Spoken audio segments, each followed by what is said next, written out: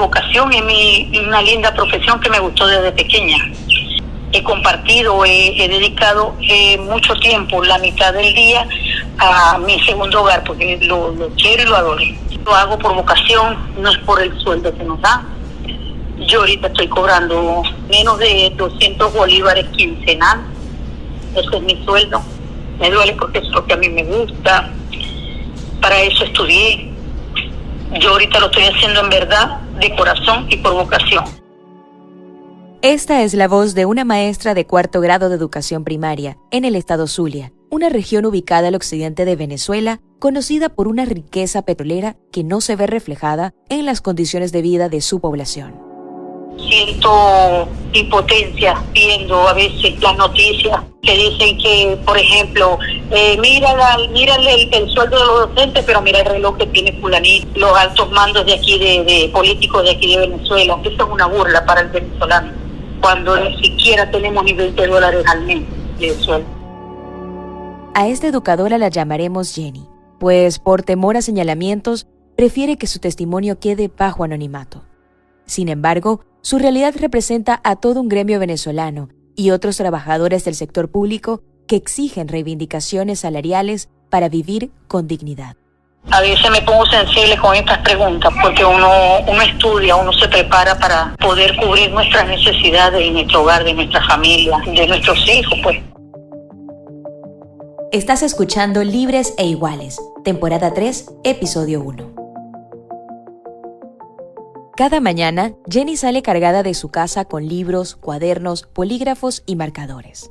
Viste un uniforme que la identifica como maestra y un par de zapatos que por el desgaste de los años pide ser reemplazado.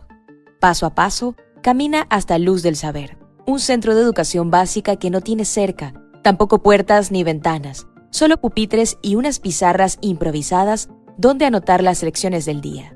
El compromiso por formar a futuras generaciones mantiene firme a Jenny, a pesar de que su bajo sueldo y la creciente inflación en el país representen un desafío al que se ponga a prueba todos los días.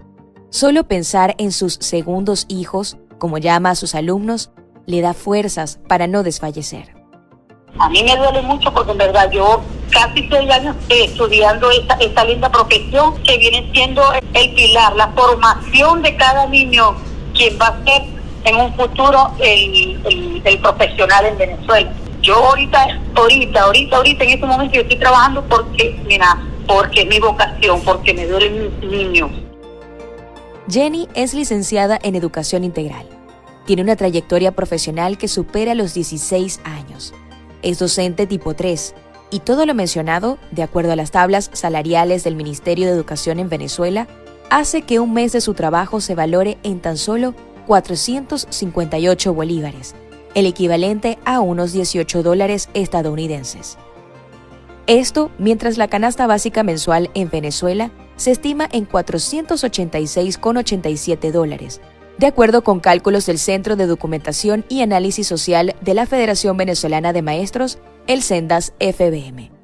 Con estos datos en mente, es automático preguntarse, ¿cómo pueden cubrir sus necesidades básicas docentes como Jenny? Gracias a Dios, mi esposo tiene un pequeño negocio informal que vende un poquito de víveres, un poquito de cada cosa, porque gracias a ese negocio estamos comiendo. Bueno, por mi parte, yo compré unos pequeñitos, unos pasteles para poder sobrevivir, para poder mantener eso para la familia, pues, a los 4 hijos. Que a veces me piden unas gomas para el colegio y no lo tengo. Mi esposo me dice, mija, salte de eso, mija, ¿hasta cuándo vas a trabajar? Si no te están pagando nada, aquí producimos mal los dos, pero me duele porque es lo que a mí me gusta, para eso estudié. Yo ahorita lo estoy haciendo en verdad, de corazón y por vocación.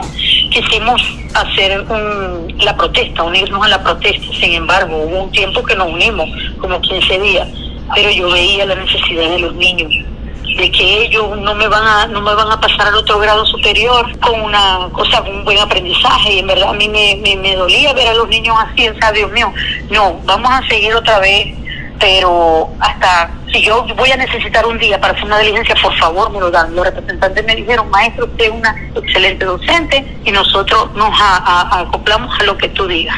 Entonces ellos siempre están conmigo, no les quito ni un bolívar, no les quito nada, solamente colaboración cuando necesitamos, por ejemplo, un marcador, un bolígrafo, porque en verdad ya nosotros no podemos más. Todo eso lo tenemos que sacar de nuestro bolsillo, que no lo tenemos. Somos honorables, con sueldo miserable.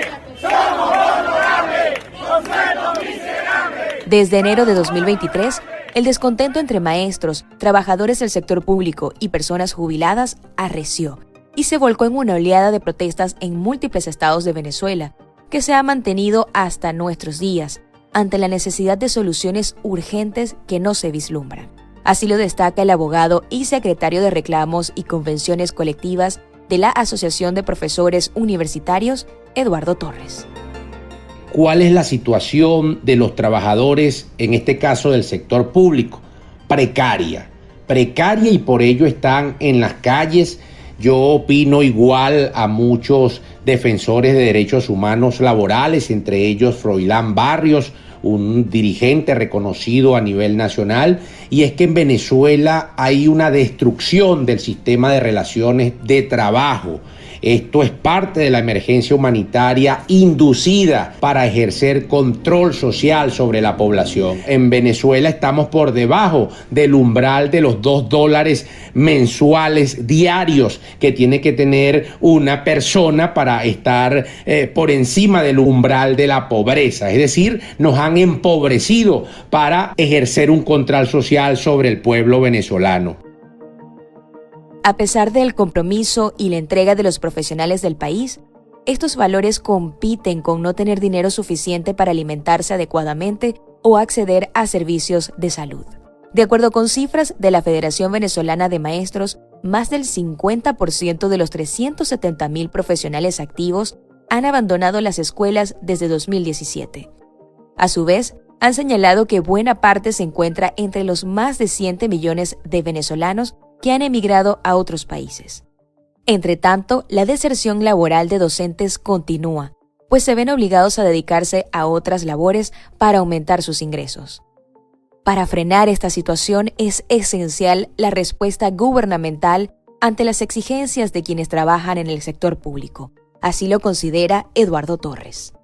Venezuela cuenta con los recursos para no solo aumentar los salarios de acuerdo a lo que dice la Constitución para que la gente pueda vivir dignamente, sino que esa medida de aumento salarial tiene que ir acompañada de un conjunto de medidas que implican la producción en Venezuela, elevar los niveles de producción y de productividad con las inmensas riquezas que nosotros tenemos. Por eso se habla de diálogo tripartito, en donde quien esté al frente del gobierno y las instituciones del Estado en Venezuela, en principio tienen que rendir cuentas. Entonces, necesitamos claridad por parte de quien gobierna en Venezuela, y en el diálogo tripartito, por supuesto, entra también el sector de los productores nacionales e internacionales en un proyecto de desarrollo nacional en donde los recursos que se invierten para la reactivación económica, por supuesto, tienen contemplado los aumentos de salarios para todos los venezolanos. Y finalmente, ¿qué colocamos los trabajadores? La fuerza de trabajo, la disposición a seguir desarrollando lo que necesite nuestro país para empujarlo hacia senderos de bienestar y de desarrollo. El sueldo mínimo actual de Venezuela, publicado en Gaceta Oficial desde el 15 de marzo de 2022, se cifra en 130 bolívares al mes, es decir, unos $5, cuando un kilo de carne de res puede costar entre $8 y $10. Estamos hablando del salario más bajo de América Latina. En Costa Rica, por ejemplo, el sueldo mínimo se ubica en un equivalente por encima de los $600, encabezando la lista en la región, de acuerdo con datos recopilados por la periodista Mariana Pascuali para Estatista, un portal de estadística en línea. Mientras que en Colombia, a pocos kilómetros de Venezuela, este ingreso se ubica en más de $240. En el penúltimo escalón figura Argentina, con $189, y en último lugar, el sueldo venezolano, marcando una amplia brecha con los 16 países anotados en esta comparativa. Entre estos ejemplos, Eduardo Torres destaca el caso brasileño. En el caso de Brasil tenemos un salario de $250. Y fíjense, En el caso de Brasil, con un salario de $250, teníamos que la canasta básica en abril de 2022 estaba por el orden de los $157. Esto de acuerdo a un estudio del Departamento Intersindical de Estadísticas y Estudios Socioeconómicos. ¿Por qué yo destaco esto? Porque teniendo Brasil, y así pudiésemos analizar otros de estos países, para quedarnos solo en América, pero si nos vamos a países europeos o países ya desarrollados, la diferencia en torno al costo de la canasta básica es mayor. Me refiero a que ganando en Brasil un trabajador $250, solamente gasta en la canasta básica, de acuerdo a este estudio, $157. Es decir, que no todo el salario de un trabajador es para la canasta básica. Digo esto porque en Venezuela es sumamente importante para aquellos que dicen que es mucho pedir de los trabajadores venezolanos lo que dice el artículo 91, un salario igual a la canasta básica. Incluso con los recursos, con las riquezas que se pueden generar en Venezuela, eso es un punto de partida. Es decir, que el trabajador venezolano pueda contar con un salario que le permita vivir con dignidad y que en principio el costo de la canasta básica debe ser ese referencial para la fijación de esos salarios mínimos. Los 130 bolívares que fija el Estado se consideran una base de referencia para el ingreso de los trabajadores de la administración pública y hace gran contraste con los ingresos de quienes laboran en el sector privado, donde el empresariado ha optado por ofrecer mejores sueldos, la mayoría pagados en dólares. Sin embargo, a mediados del año 2022, se produjo un retroceso en los montos de los salarios dolarizados de hasta 6.6%, causado por la crecida de la inflación en el país, según cálculos de Bloomberg. Pese a ello, el sector privado es la opción más viable en medio del complejo escenario económico en el país.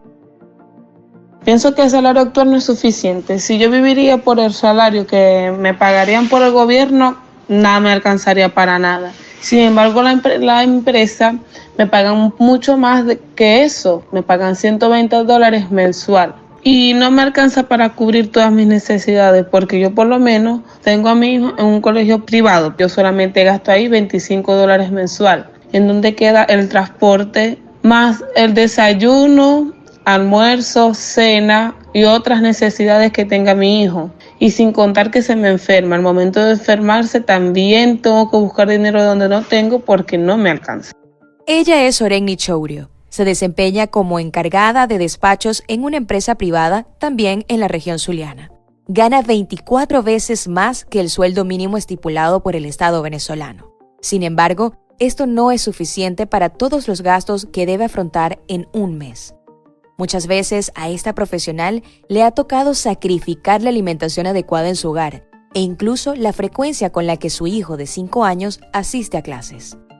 Para rendir el sueldo, primero pago todo lo que tengo que pagar, las responsabilidades de la escuelita, colegio y transporte. Ya con lo que me queda, porque con eso pago $65, ya con lo otro que me queda, que serían 55, gasto en comida. No compro carne, no compro pollo porque es bastante caro. Trato de comprar muchos granos, arroz.